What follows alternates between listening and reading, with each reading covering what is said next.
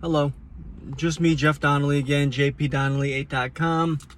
So yeah, I just ran into one of my prospective jurors from yesterday. Don't really know the person, don't know her name or anything like that. Just, I run into her like every now and then when I go into the place that she works. And she was telling me about what they told the juror yesterday, the prospective jury yesterday. Because she had raised her hand, when they said, does anyone know anyone? And she was excused. Because I go into her job every now and then, to purchase stuff.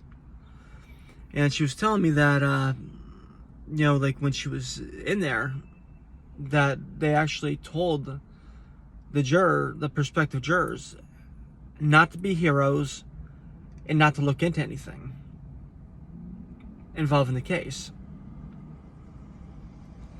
And a few other things she said, like that she just doesn't remember, but it was kind of like a little iffy things that they were saying to the jury. And that's just the prospective jury. That's not even the jury that they actually impaneled for the case. So if they're telling prospective jurors not to look into anything and not to be heroes, not to act like heroes, and stuff like that, you got to wonder what they actually told the jury when the jury was deliberating, and it was almost 5 o'clock when they came back with the ruling. You got to wonder if it took them over a half an hour to rule, to come to an agreement. So you got to wonder how many of them were actually on the fence and didn't want to convict, but were told if they didn't come together as a group that they were going to have to come back the next day. You could have one person, 2 people, 3 people that are hardliners who are refusing to budge, and the other ones might have budged because it obviously wasn't a first go around all guilty. And the court officer was there with them while they were deliberating. At least that's how I believe it goes. And when you look at it, the court officers have been acting pretty, yeah. And I'm not trying to excuse, the court or anything like that or I'm not trying to, make the jurors, compliant and complacent with anything, because honestly, what the judges and jury instructions were and why I tried to have him fix them were basically a guaranteed guilty verdict in this case. And that's why I already intended on appealing it. And also why I almost took a plea bargain before going in there, before the jury, went in there to deliberate, because if the ADA was looking for jail time, I was going to have to take a plea bargain. But because he wasn't looking for jail time, I risked the jury, even with the bad jury instructions. And if you remember the jury trial I had back 10 years ago in Westfield, the jury instructions in that case were fair, standard jury instructions, and that's why I won. Even though the court officer in that case had told the jury that the reason why it was going to be a 2-day jury trial was because of me. And one of the prospective jurors on that was an attorney up in Pittsfield who had been a police officer as well, and he had told me after there was a recess before that trial that I didn't want that jury because the jury had been tainted against me, but I was able to win because the jury instructions were fair. This one, the jury instructions weren't fair at all.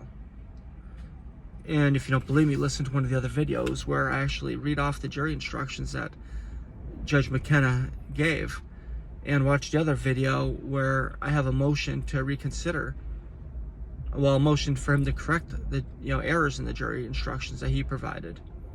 And if you look at it, those jury instructions were supposed to be provided a couple weeks before the trial was to take place, but they were provided to me on the day that the trial was supposed to take place last week, or the week before. Hell, this jury trial only took place yesterday because Detective Shink was supposed to be attending it, which he didn't, because the judge had ordered that ADA Hobbs provide all of his witnesses to testify on the 9th, which was all three witnesses being the deputy chief, the sergeant, and Detective Shink, who actually wrote the report and everything else. And yeah, but he wasn't there.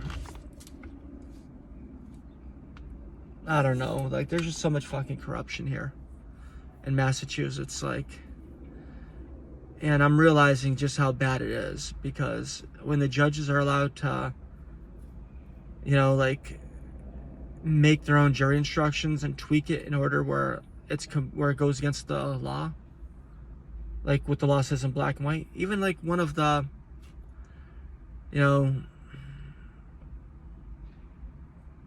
one of the sidebars, after I had been able to read what the law said, the judge looked at ADA Hobbs and said, "Don't worry about it.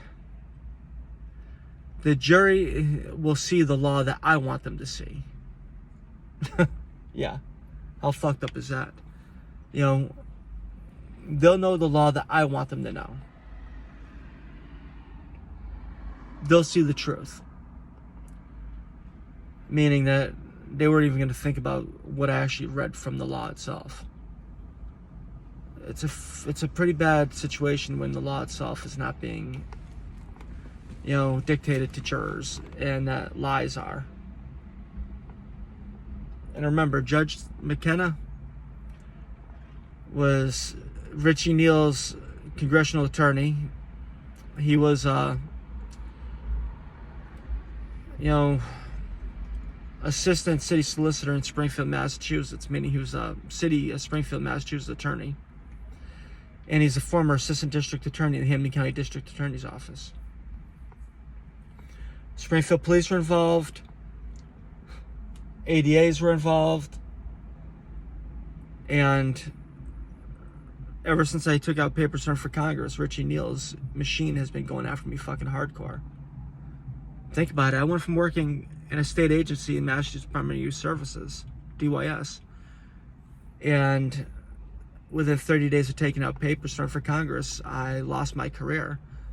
I got blacklisted from my career, and the only thing working my career I could even do was being a bouncer in a strip club. You know, like, just to try to stay in my career. Yeah. Fucked up. I don't know. I need to do whatever I can do to get this story out there, and I am going to be filing an appeal.